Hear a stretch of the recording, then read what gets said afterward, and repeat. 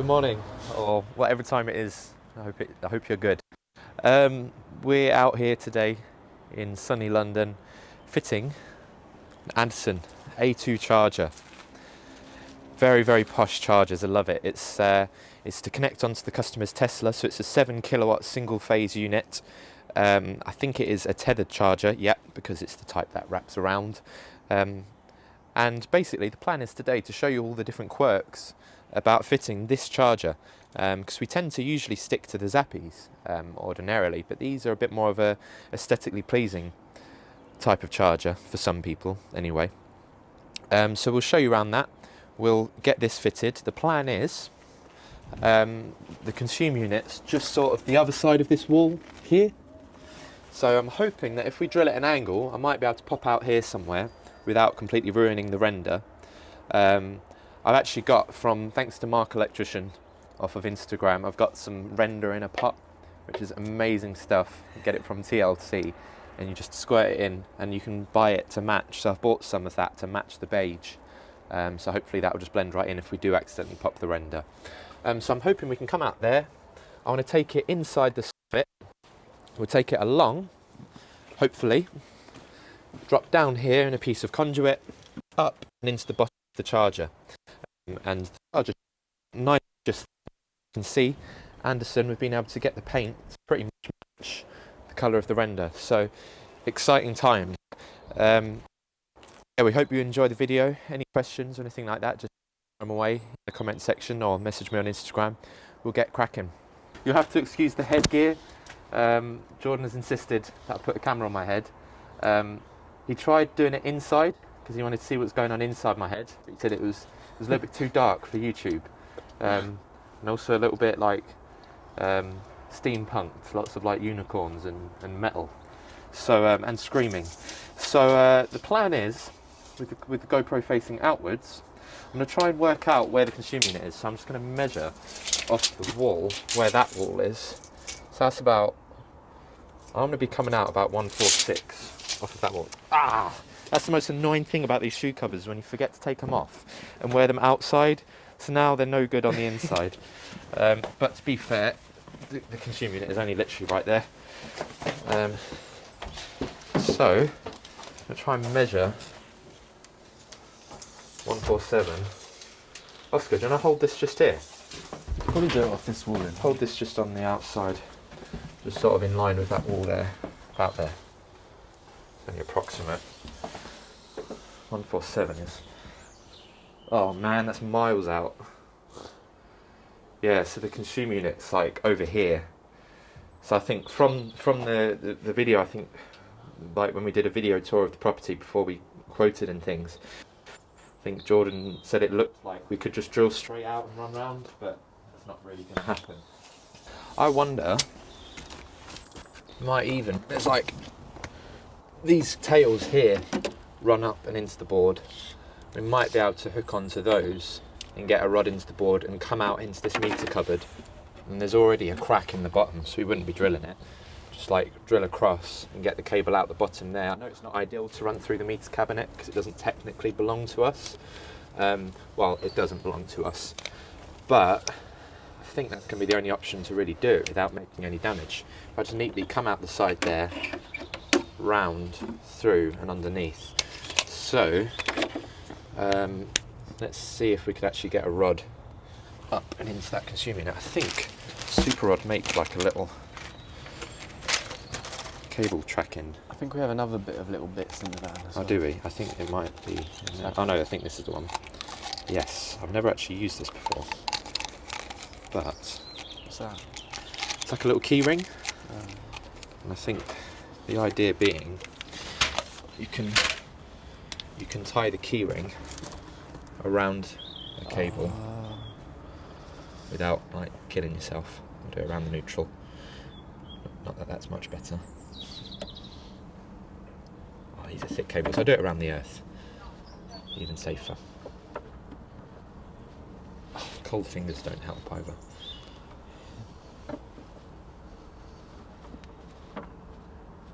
Hopefully I've got a big warm heart. Right. So we've got that around there. I'm going to see if I can attach a rod into that. Oscar, you're not doing your job properly, man. There's tape on that.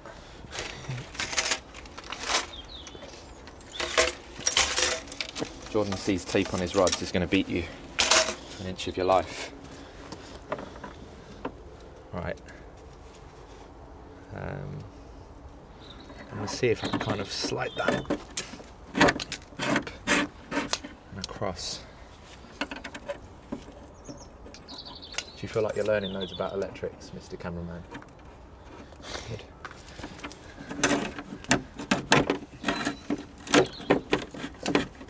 So basically, actually I shouldn't say basically. People on YouTube hate it when you say basically. But basically, I'm trying to get the cable up and through here. I've tried every other sort of method, but there's a slight cavity and I can't get anything through it.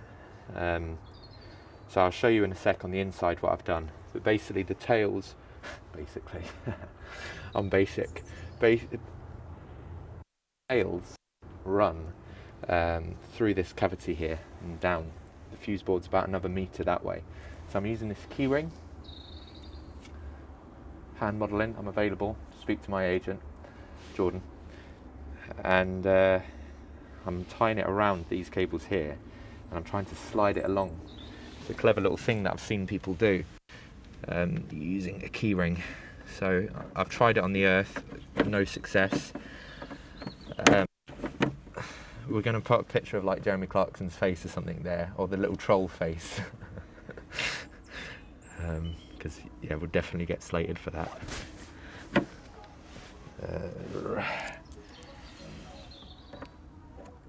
Do have a slightly bigger key ring. Key rings are quite difficult pieces of technology. Come on. I'll try that. The key ring's like being mauled to an inch of its life.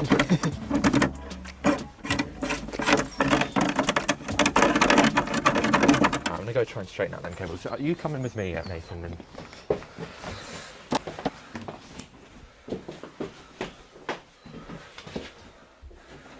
So, I'll try and get my hand in there.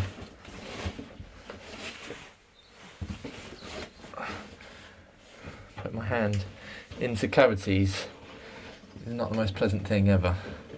Oh, I reckon these cables are clipped or something. Is it stuck?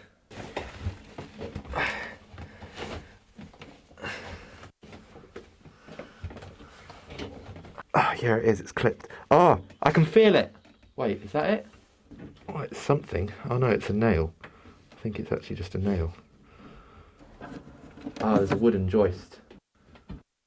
Right. There's a wooden joist just here. Just off of that. So let's just widen this out a little bit.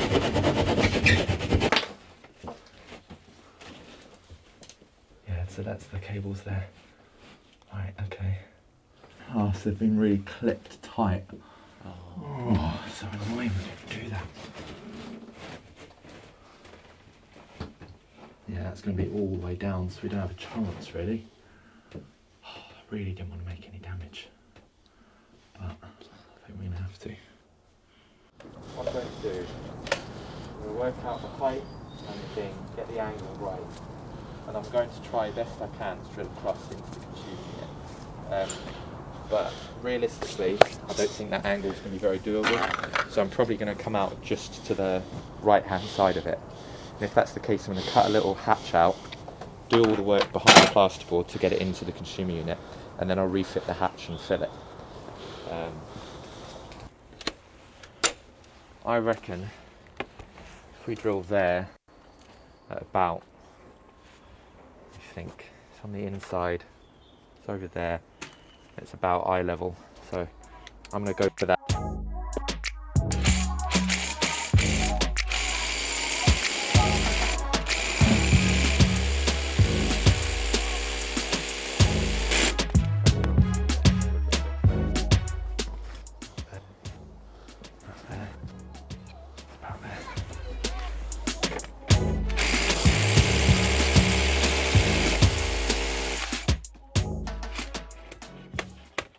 thing is, please don't drill through the tails.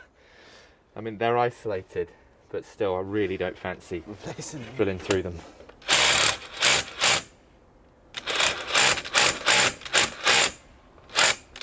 I think you're through. Oh yeah. No, I don't think I'm through, but I'm into something soft. I think that's the heard it. insulation that I'm wrapping around. You haven't got through that. Yeah, look, straight into the consumer unit. That is a shot, I'm sorry, but that was a shot. This is the size that I want to use to get the actual cable through. I'm going to try and just angle it right that way, just to come in a little bit further into the consumer unit. There. So I'm going to go a bit more like that this time.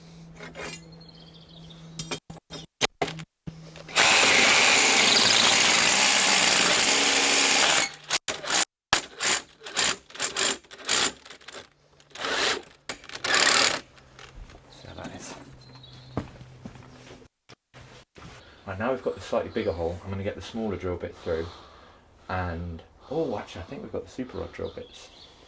I don't know if they're long enough. Let me have a look. If we have, then yeah, I'll pull the cable through there now. So I'm just trying to make my way through into the consumer unit. I think that's it there. And if that is, I'm trying to put the little cable sock on the end. Yes. I've got this cable sock, which works a bit better than tape.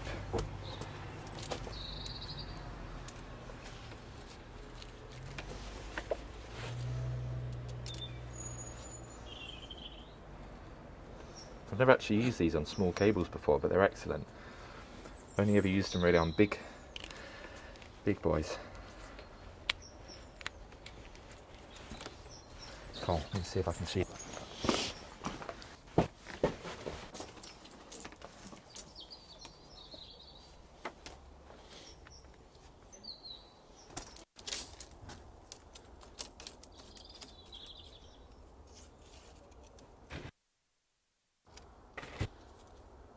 Gone.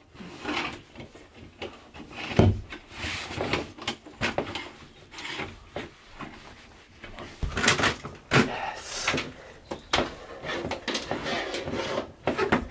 Alright mate, that'll do. Well done. That's the cable into the consumer unit. Is it through? Yeah, it's through. Well done. Super rod. U stars. Great, so now that's through, you can clip that up, or we can come straight across. I think it'd look better to clip it up in the corner. Because you could like run it. Yeah, exactly, you can take it along and in. Well, I've even got white conduits running, we'll see. Have a little think. Right, cool. So we've managed to get the thing through, managed to drill it across the wall. I think that might have beaten the Jordan shot on that rewire. So I'm just going to fix the board back.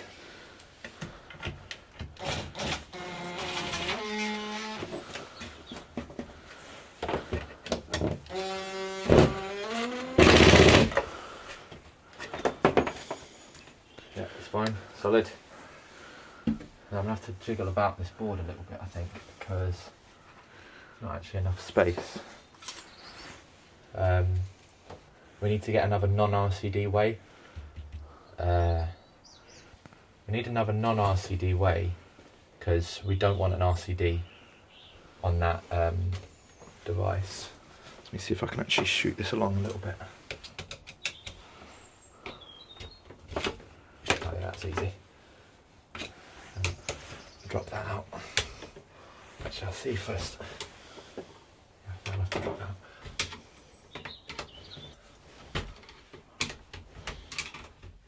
Then we can slip the new MCB into there, so that's just coming off the main switch. I'll extend the bus bar a little bit along the bottom there. and we'll connect that in later. I'm not really too worried about that. So let's get it all clean in here. Put the cover back on.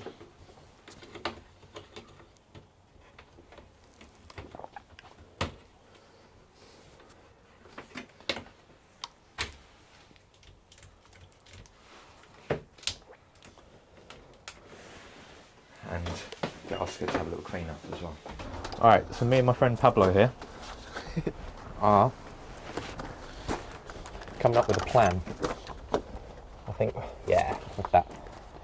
So we're actually going to run it inside conduit rather than clip it, because I think it will look a bit nicer against the white wall. It's not going to have to go diagonal. So I'm going to set this up and into the soffit there. So I'm going to drill a little hole in the soffit, and then I'm going to aim for that with the set. And I think that will look alright actually. I mean, obviously it would have been nicer to be high up and go straight, but we'll do a little dog's leg. So I've got the bendy spring out, which I'll be showing my good friend Pablo here. Right, that's about all that's interesting for the minute. So we'll come back shortly. Oh, actually no, it's not, because our lovely cameraman bought us some Lindor. I think he's put me on a diet.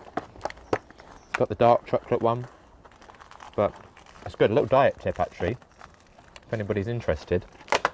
If you want to make any food half the calories, all you have to do, get your Klein shears and cut it in half. Now that's great. It's half the calories, so it means you can eat twice as much. See you around. Come on.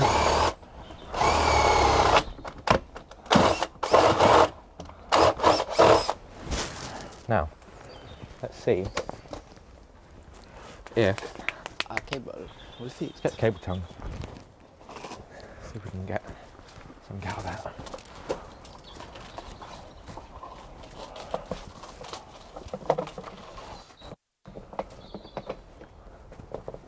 That's good, it's wood at least, not asbestos. That's a good start. If this pings back, it's really going to hurt.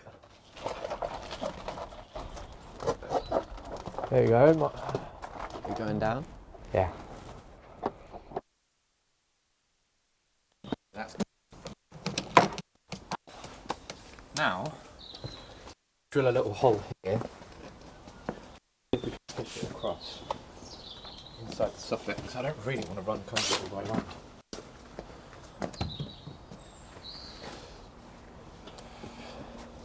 A bit weird that they've got that one. Now the postman finds their house.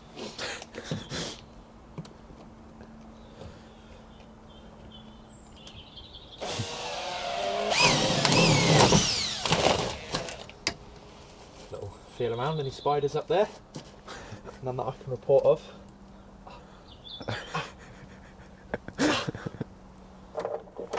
I'm going to try the chain.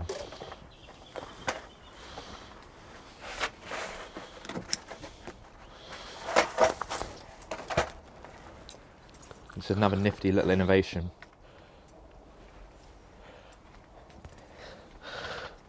Oscar. Yes. Sorry, Pablo. If you want to, Yes. stick this magnet up that little hole and see if you can grab this as I fire it through.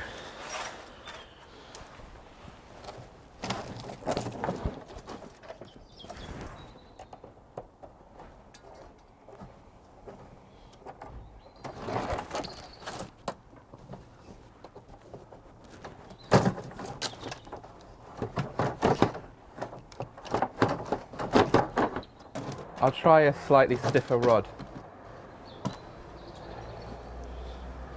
This one's a bit too flimsy. Right. Oh, I need some butter or something. Very liquid. Oh, ah. Oh, that hurt. Oh, you got a little splinter. Right, I'll try a skinnier finger. There we go. That was that lint. Thanks for that. You sabotaged me. You made my fingers fat. Come on, I can feel it. There it is. Right, now I reckon we could probably slide along a rod along that channel to here. Yeah. Get your tiny little baby hammer, and then pull it out. I just asked Oscar to get me a big spirit level, and he was like, yeah, no worries, I know where one is. He was like, I've got one actually, I've got a really big spirit level. And where's it gone, Oscar? Oh, there it is. He's like, yeah, that's pretty big. I'm sorry, I shouldn't be mean. All right, let's find the big spirit level. I might just have to use the laser. I've got half a tree in my finger as well. I see one. Right, we'll measure that, top of that to there. Let's get it straight, that will help. The set needs to be about 27.5 centimetres, so I'm going to set it about there. We'll redo this set and you'll see it flawless. So here it is. I tried to do a dog's leg, but in honesty I don't know why I didn't think of just doing this the first time. It would have actually been better. The only trouble was, obviously we've got wood there. Obviously, I need to stop saying obviously. And it ended about there, so I was going to try and set it over the top of the wood that this is fixed to. But what I've done instead is I've drilled up the bottom. I'm going to fill it with some silicone and caulk, and drill the cross at an angle so that I've managed to get through that wood. So can't go over it, can't go under it, had to go right through it. Yes, so now the cable's out, we've got it socked up. Oscar, do you want to pull that through? Just take that off and we'll pull the cable out. There we go.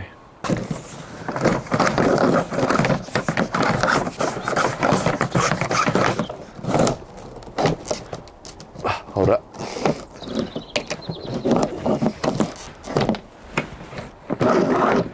Need to get this. Yeah, we'll fish this over.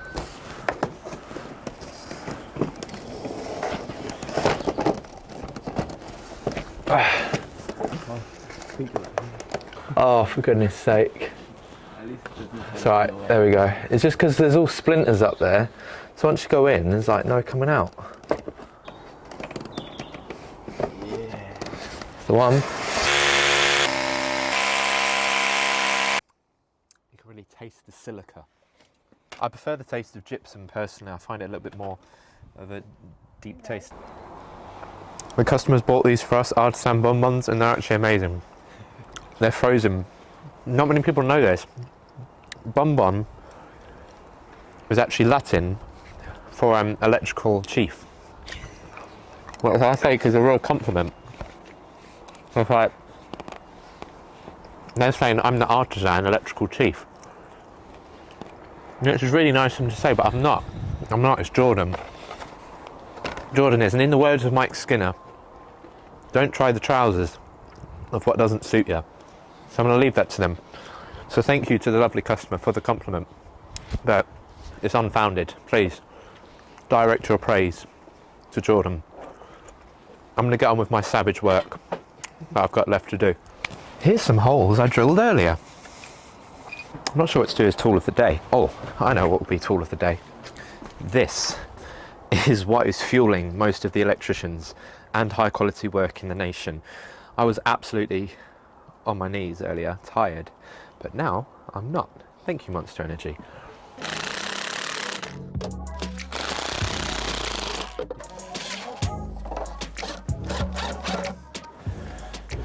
How should we come into this? Not really sure how we'll do it. Just into the bottom. So these units, they look lovely, but you know what? They're actually really not that nice to install. Like, especially when you compare them to how easy the Zappies are. Zappies are just like ridiculously user / electrician friendly, whereas these are very pretty.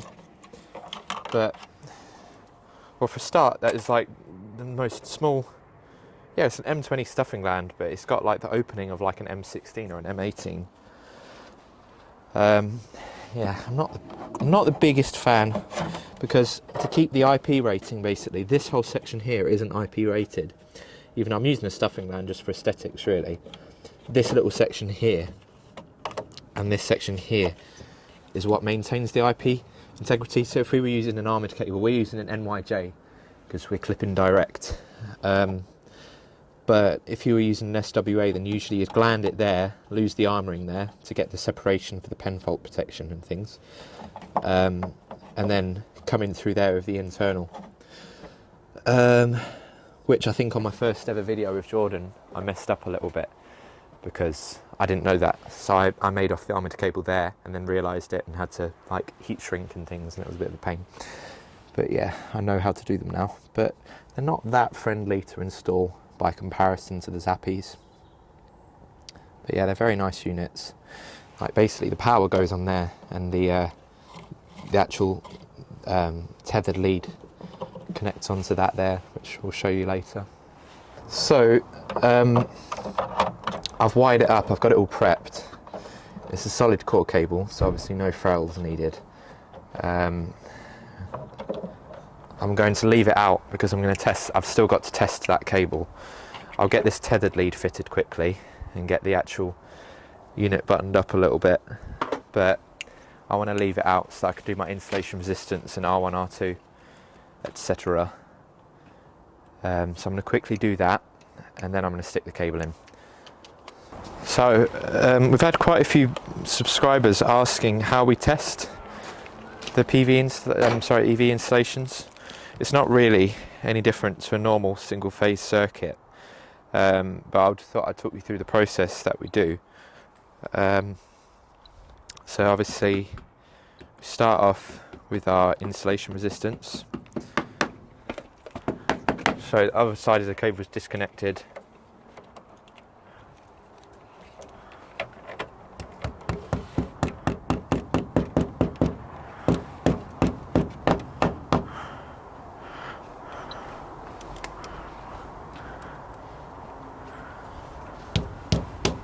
Cool.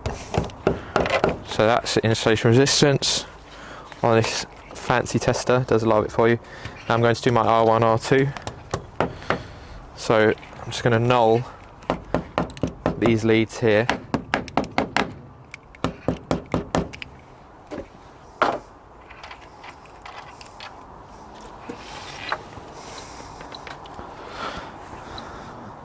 I don't think that's really going to make a whole load of difference. Okay, there we go, they're nulled out. So now pinch there. Pinch there, and with my low resistance ohm meter I'm going to go to the other side and take an R1 plus R2 reading. So this is the actual tethered lead, this is the cable that's going to go in.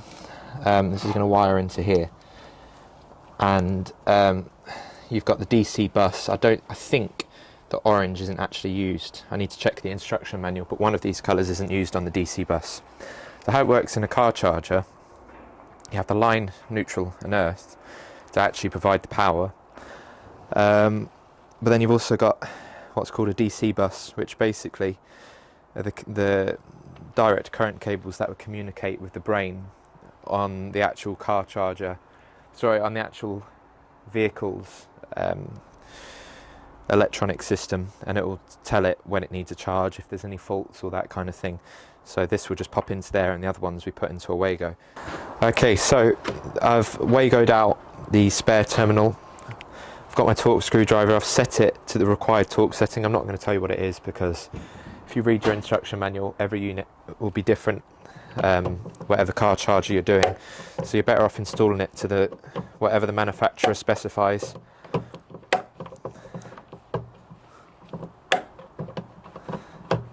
Usually somewhere between 1 and 3 Newton meters, depending on size cable and things.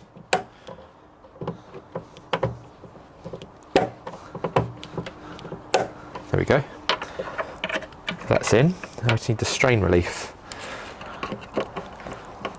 This is my favourite type and brand of screwdriver. It's called someone else's screwdriver. I find they retain the tips longer, especially when you use them as chisels and things like that. They're much better, I find personally, than using your own screwdrivers. I find keeping your screwdrivers safely in your tool bag in the van is definitely the way to keep them lasting and staying sharp the longest. So, to carry on with the testing sequence, basically I've got the other end linked out. I've already zeroed my leads, so now I'm going to connect to R1 and R2. Check all the leads are tight, and then commence the test. My R1, R2 is 0.08, and while we're at it, I seriously believe in the power of the internet. Speak to the NIC. If you are the NIC, please allow me to be the next Tony Cable. If you're not the NIC and you have friends in the NIC, please get them in touch. I want to be the next Tony Cable. Thank you very much. So that's our R1, R2. We've got our insulation resistance. So that is that cable tested now. So I'll go connect it up the other end. I always prefer to work backwards. So I'll wire up the furthest point of the circuit. Once the furthest point in the circuit is done, I'll then come back and connect it up at the consumer unit. That way I'm a lot more safe and certain at the other end that nothing's going to come live. So I'll get that wired up, I'll get it all sealed up and finished, and then I'll connect it in here and do some live tests, my ZS at the other end, and I'll do my ZE and things here as well. Okay, I'll crack on.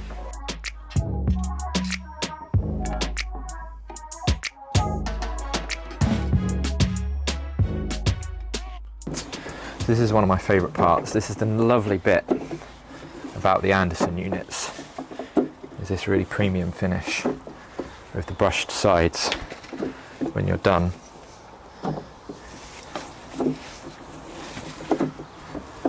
You just wrap it around and then use the little head inside, and that's it. That's the finished product. Really nice, really premium.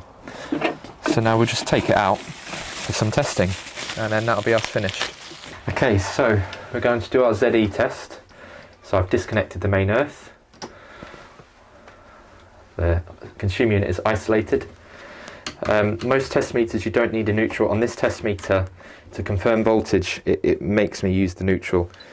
Obviously it doesn't account for the test on a no trip. So my external impedance is 0.10. So 0.10 ohms, and now I'm going to do my PFC. So I'm going to do my PEFC and my PFCC. So I need to reconnect the main earth for that test to reincorporate any parallel paths into the readings.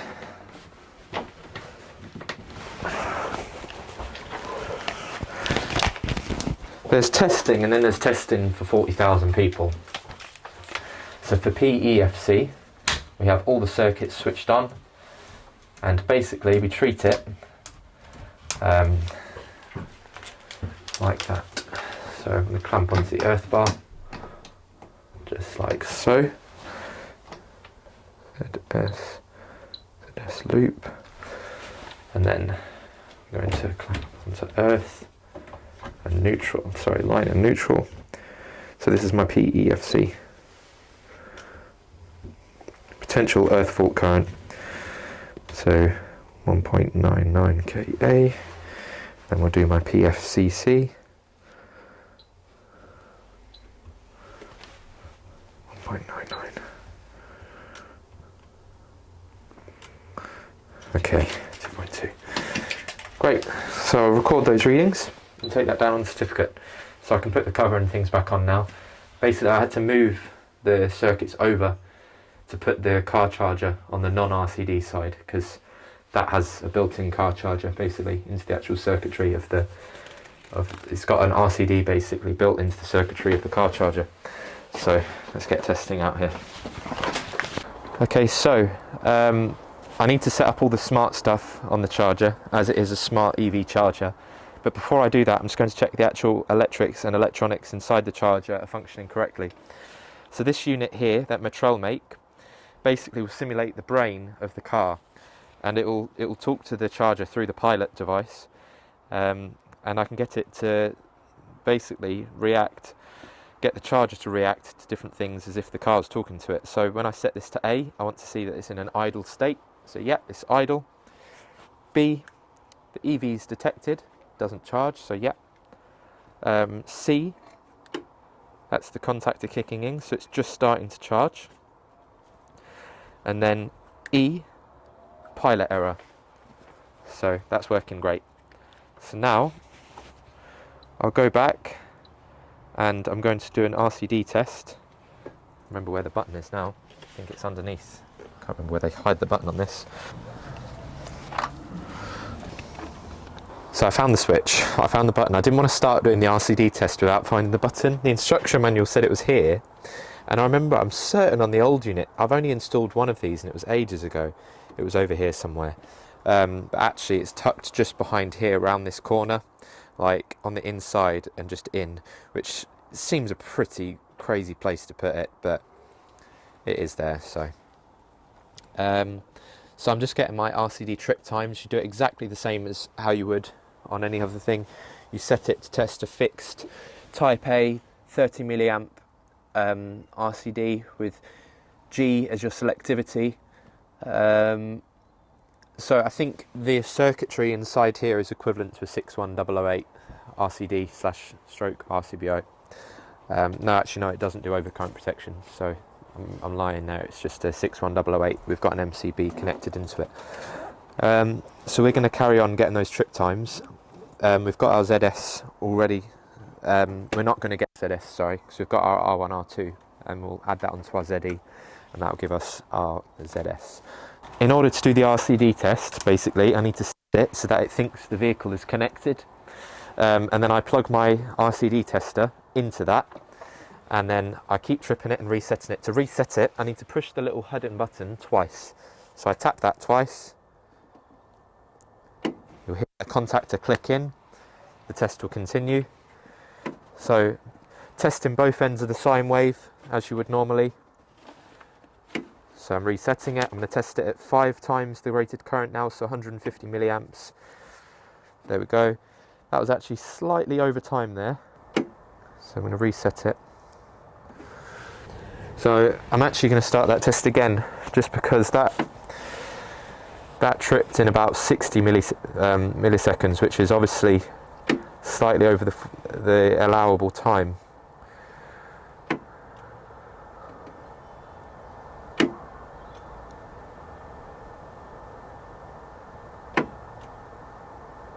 Yeah, so it's not actually tripping in time. 59.4 milliseconds. I wonder why that is. Fixed. Type A, 30 milliamp. Thing is, it's all electronic as well. None of it is like actual physical coils. So there should be no reason for it to be not tripping in time. Nothing should be seized up or... Yeah, that's taken too long to trip. So maybe I'm wrong and it doesn't need to meet those same standards, but yeah, I'm going to have to investigate that. Okay, so this is the unit. This is the finished article. I love them. I really like how the colour matches in with the render so well as well, with the beige option that they've gone for. I'll show you a lovely little feature as well. Is when you open up the lid, that light just coming on there. Close, see the light comes on. I think that's a pretty beautiful feature. So what we did was, as you can see, we've run it up into the soffit. We ran it round, popped it down there, run along, and we go into the house there through that conduit box. So we didn't end up having to go through there after all.